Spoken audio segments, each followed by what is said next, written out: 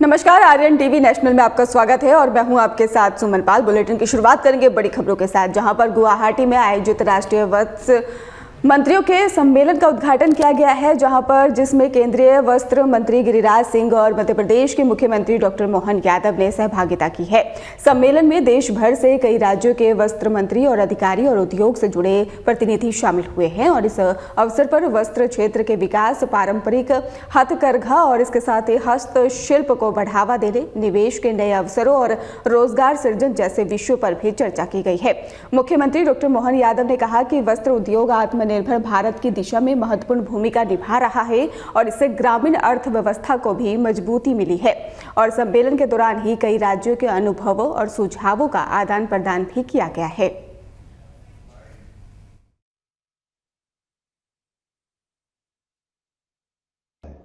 सच में मैं अपनी ओर से, मध्य प्रदेश सरकार की ओर से आपका आभार मानता हूं, धन्यवाद देता हूं। जब मैं धन्यवाद दे रहा हूं तो दिल से ही देना चाहिए, सो ताली बजा करके मानिए हमारे कितने प्रकार से प्रेरित कर रहे हैं सारे कामों को लेकर के, और अच्छा भी लग रहा है। धीरे धीरे करके भारत का वस्त्र उद्योग हमारे विकास में, विरासत से विकास की ओर बढ़ते कदम के आज अभी प्रातःकाल थोड़ी देर पहले जब हमने अपनी प्रदर्शनियों का अवलोकन किया और हर स्टॉल से कमोवेश एक से बढ़कर एक स्वस्थ प्रतिस्पर्धा में अपने प्रोडक्शन का प्रदर्शन भी किया और हमारे अपने हुनर के बलबूते पर हजारों लाखों साल पुरानी भारतीय वस्त्र परंपरा के आधार पर वस्त्र उद्योग को बढ़ाने के लिए कितने प्रकार से यत्न प्रयत्न चल रहे हैं, उसका अवलोकन भी हो रहा है, उसका एहसास भी हो रहा है। कितना अच्छा लगता है बैठा हुआ एक कलाकार बांस के, कच्चे बांस से वो अपने हाथों में, ऐसा लग रहा है कि परमात्मा ने स्वयं उसको एक ऐसा आशीर्वाद दिया है कि वो अपने इस कला से बनाते बनाते किस प्रकार के गौरवशाली अतीत से भी परिचय करा रहा है। और माननीय मार्गरेटा जी ने तो कहा कि इतनी सुंदर कलाकृति और इतनी सस्ती बेच रहा है, कैसा लग रहा है कि वाकई वो कला की कीमत नहीं है, वो वास्तव में उसके हुनर का सम्मान है। अलग अलग प्रकार से सारे लोगों को जुटाते हुए मैं तो अपने आप को धन्य मानूंगा। मैं जब स्वयं इस नेशनल टेक्सटाइल्स मिनिस्टर कॉन्फ्रेंस में जब आने की बात आई तो हमारे लिए राज्य की दृष्टि से मेरे अपने मिनिस्टर ने कहा कि सर मैं जाने वाला हूं, पर हमने कहा अभी हमारा दूसरा SIR का भी काम चल रहा, तो हमने कहा कोई बात नहीं, आप तो यहीं रहो, मैं जाता हूं। क्योंकि इस काम की महत्ता ऐसी है, हमारी सरकार के गठन के बाद रोजगार परक कामों को लेकर के हमने सबसे टॉप प्रायोरिटी में अगर किसी क्षेत्र को रखा है तो मुझे खुशी है कि हमारे इस इंडस्ट्री को हमने सबसे टॉप प्रायोरिटी में रखा है, जिसके आधार पर कई सारे प्रकार से हम काम कर रहे हैं। अभी माननीय मैडम समीन से लगाकर सभी लोगों ने माननीय प्रधानमंत्री जी के माध्यम से जो 7 PM मित्र पार्क की बात कही थी, सच में हमने अपने सभी प्रकार के कामों में सबकी प्राधान्यता रखी है, लेकिन इसको सबसे टॉप प्रायोरिटी पे रखा है। इसी आधार पर जब इस साल का जन्मदिन माननीय प्रधानमंत्री नरेंद्र मोदी जी ने मनाने का निर्णय लिया है तो हमने कहा उनका जन्मदिन 75वां जन्मोत्सव कहाँ मनना चाहिए, कैसे मनना चाहिए, तो हमने कहा उनका संकल्प था कि 7 PM मित्र पार्क बनना चाहिए। उसमें सबसे बड़ा मध्य प्रदेश को अगर मिला है तो हमने उसका भूमि पूजन कराते हुए उनका न केवल जन्म दिवस मनवाया, बल्कि इस संकल्प के साथ कि ये हमारा एक PM मित्र पार्क केवल अधोसंरचना का बड़ा केंद्र नहीं बनेगा, साथ ही साथ समान रूप से कमोबेश उसके सारे भूखंडों का निवर्तन करते हुए एक साथ इधर इंफ्रास्ट्रक्चर तैयार होगा, उधर इंडस्ट्रियां तैयार होगी, दोनों का एक साथ लोकार्पण करेंगे तो सच्चे अर्थों में ये हमारी अपने उस संकल्प की पूर्ति भी करेगा, जिसके भरोसे से हमारे प्रधानमंत्री जी ने भारत को सशक्त बनाते हुए लगातार एक के बाद एक नए अचीवमेंट करते हुए भारत को तीसरी शक्ति की तरफ ले जा रहे हैं। जब हम अपने इस दौर से देखते हैं तो संस्कृति, संस्कार और संसाधनों से मध्य प्रदेश को विरासत मिले टेक्सटाइल और गारमेंट्स में हम कई सदियों से आगे रहे, लेकिन आज का दौर तो और अद्भुत है।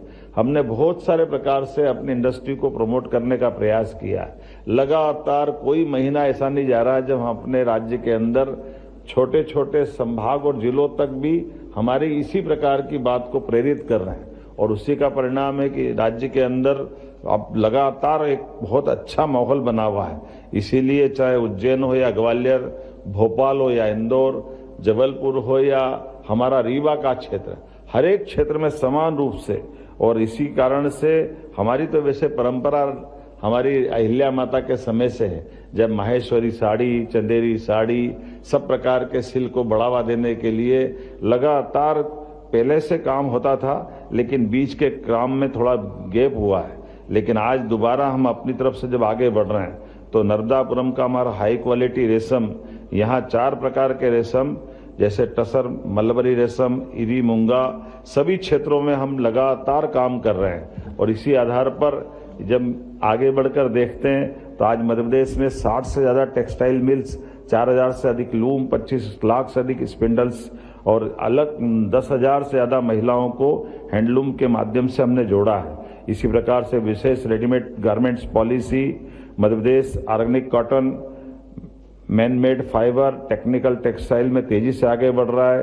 खरगोन, बुधनी, लगातार हमारे कई आदिवासी अंचल में भी हमने इसका जोर दिया है और पिछले 1.5 दशक के माध्यम से टेक्सटाइल की संपूर्ण वैल्यू चेन में हमने 25,000 करोड़ से ज़्यादा का निवेश कराते हुए कई प्रकार से लगभग लाखों लोगों को रोजगार दिलाने की दिशा में आगे बढ़ेंगे। आज तो सच में मैं ज़्यादा बोलना नहीं चाहता हूँ, केवल सुनना चाहता हूँ और उम्मीद कर रहा हूँ कि आज के इस खासकर हमारे अपने लिए माँ कामाख्या का आशीर्वाद लेकर के हमारा ये पूरा वर्ष 2026 एक नई उड़ान के लिए तैयार रहेगा।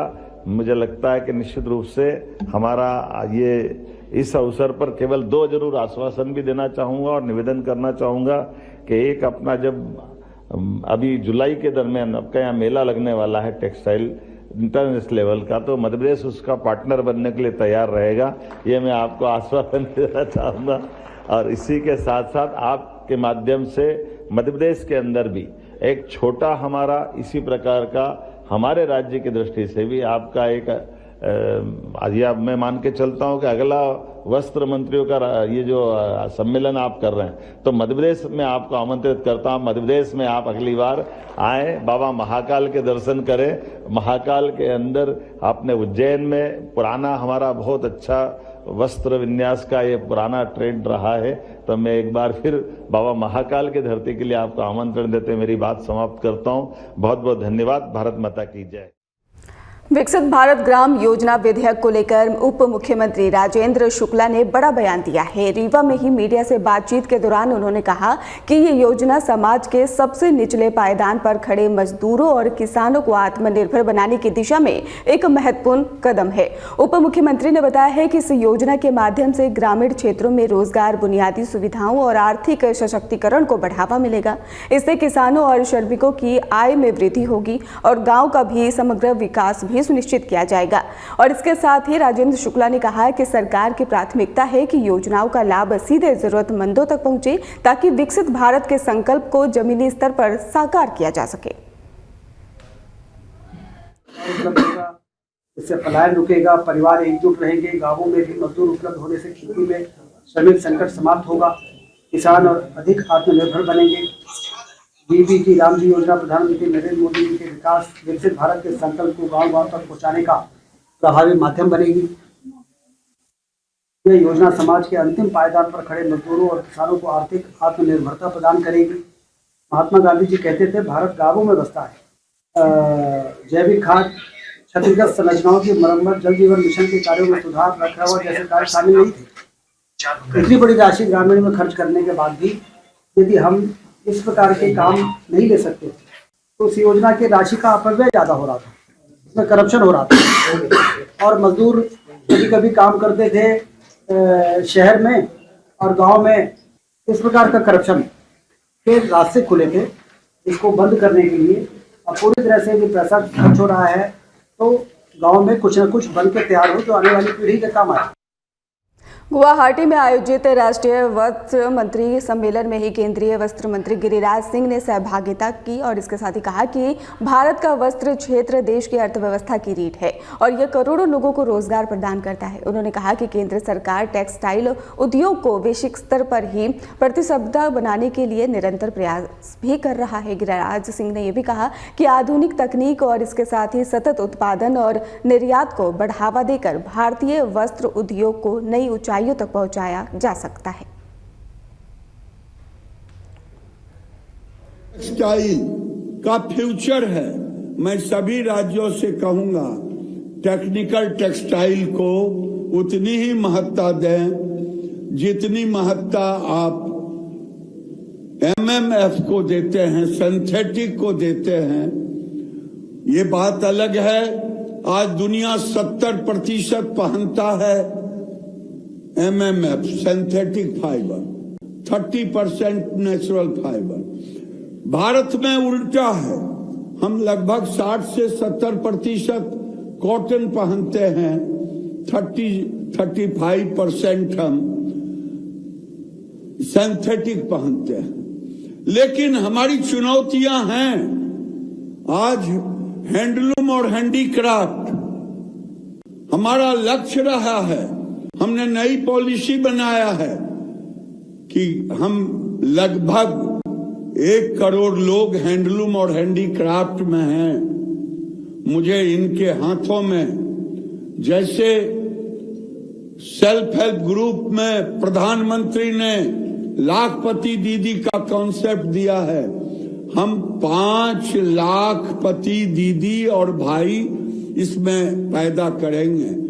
हैंडलूम में हम उसी तरह से निश प्रोडक्ट बनाएंगे। मैं आसाम के मिनिस्टर से भी कहूंगा कि यहां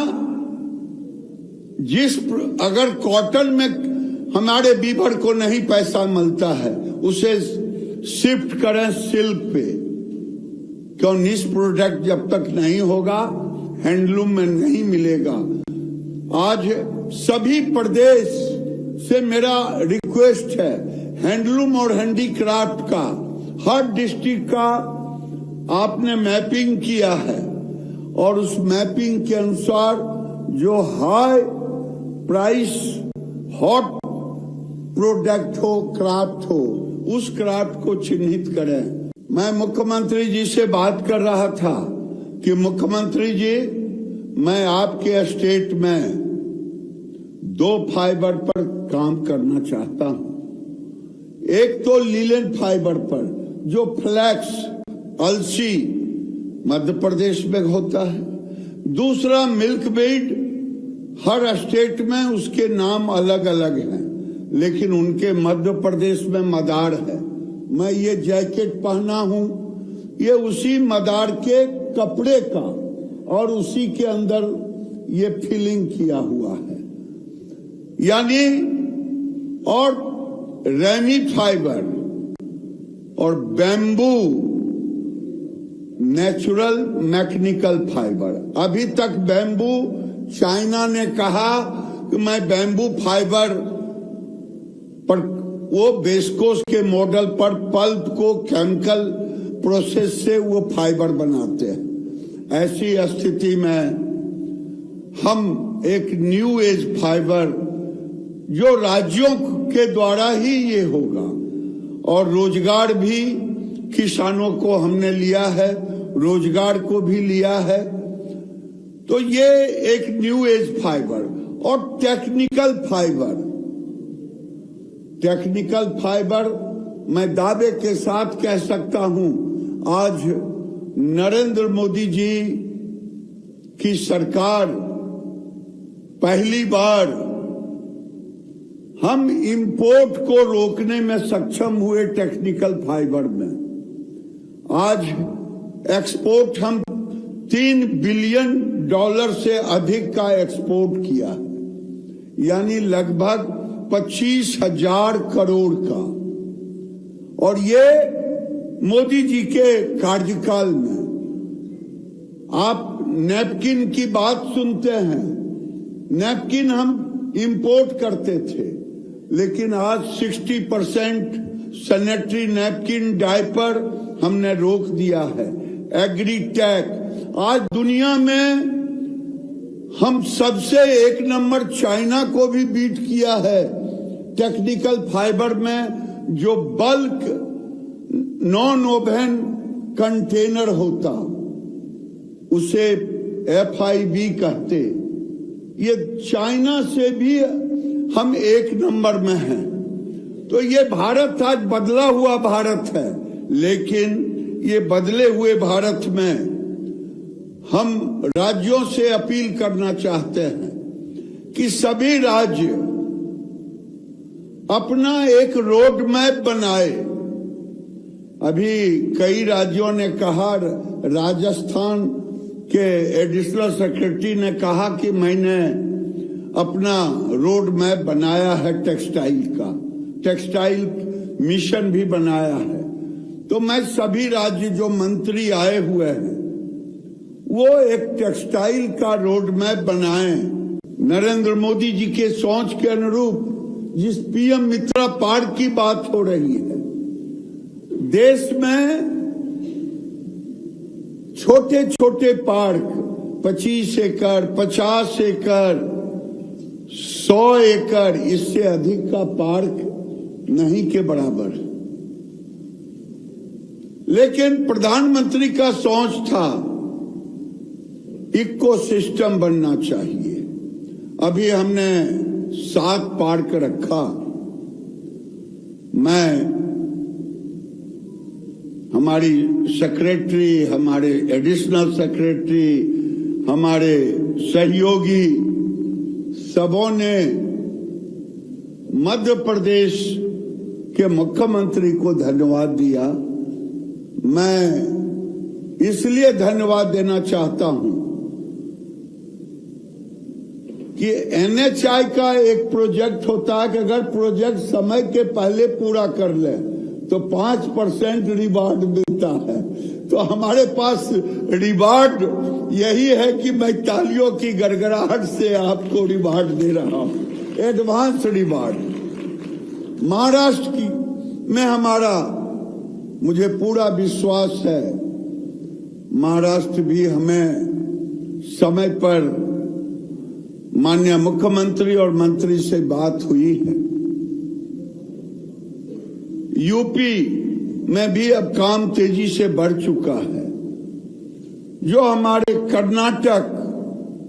कर्नाटक में भी हमें यानी 7 पार्कों की गति बढ़ चुकी है। और ये पार्क केवल पार्क नहीं होगा, बल्कि 1 लाख करोड़ से ऊपर का इन्वेस्टमेंट होगा। और जब 1 लाख करोड़ का इन्वेस्टमेंट होगा, लाखों करोड़ों लोगों को रोजगार मिलेगा। वहीं केंद्रीय मंत्री ज्योतिरादित्य सिंधिया ने गुना जिले में रेल संपर्क को मजबूती देते हुए ही मायना स्टेशन पर ग्वालियर भोपाल एक्सप्रेस और पगारा स्टेशन पर जोधपुर भोपाल ट्रेन के ठहराव का शुभारंभ किया है। इस अवसर पर स्थानीय जनप्रतिनिधि, रेलवे अधिकारी और बड़ी संख्या में नागरिक मौजूद रहे और इसके साथ ही इन ट्रेनों के ठहराव से ही क्षेत्र के लोगों को यात्रा में सुविधा मिलेगी और गुना सहित ही आसपास के इलाकों की भोपाल, ग्वालियर और अन्य प्रमुख शहरों से सीधी कनेक्टिविटी बेहतर होगी। केंद्रीय मंत्री ने कहा है कि बेहतर रेल सुविधाएं क्षेत्र के सामाजिक और आर्थिक विकास को गति देगी और स्थानीय नागरिकों ने ट्रेन ठहराव की सौगात के लिए केंद्र सरकार और रेल मंत्रालय का भी आभार व्यक्त किया है। उम्मीद जताई जा रही है कि इस पहल से व्यापार, शिक्षा, रोजगार के अवसरों को भी बढ़ावा मिलेगा।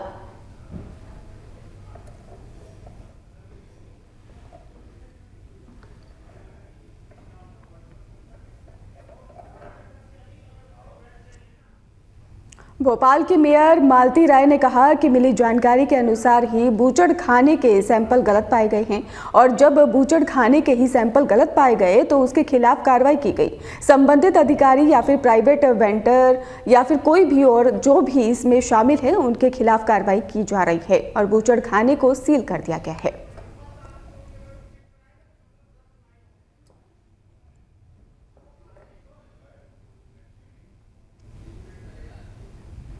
ग्वालियर में शीतलहर का प्रकोप लगातार जारी है, जिससे कि जनजीवन प्रभावित नजर आ रहा है। न्यूनतम तापमान की बात करें तो गिरावट के चलते ही सुबह और रात के समय में ठंड का असर अधिक महसूस किया गया और इसके साथ ही सड़कों, चौराहों और रिहायशी इलाकों में भी लोग ठंड से बचाव के लिए अलाव जलाकर गर्माहट तलाशते नजर आ रहे हैं। शीतलहर के कारण सुबह के समय में आवाजाही कम देखी गई है और वहीं पर बुजुर्गों और बच्चों को विशेष सावधानी बरतने की लगातार सलाह दी जा रही है। मौसम विभाग के अनुसार अगले कुछ दिनों तक ठंड का ये सिलसिला लगातार जारी रहने की भी संभावना है। प्रशासन ने जरूरतमंदों के लिए अलाव और अन्य राहत व्यवस्थाएं सुनिश्चित करने के निर्देश दे दिए हैं।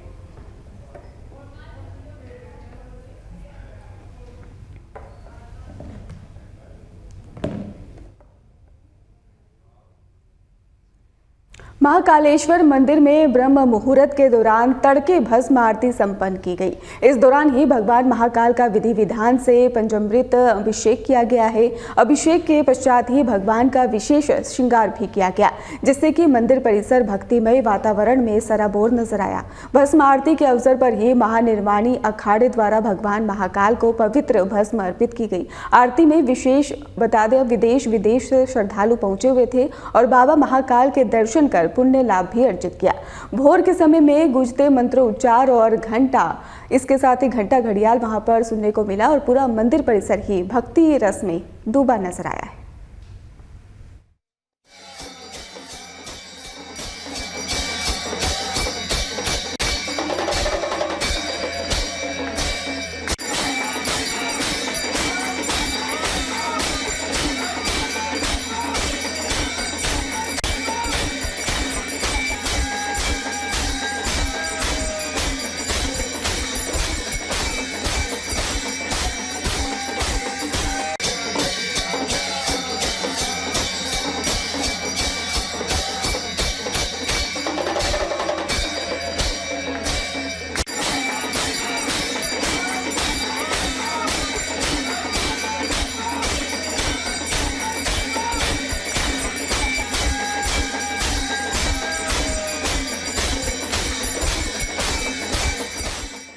फिलहाल खास बुलेटिन में बस इतना ही। आप देखते रहिए RN TV नेशनल।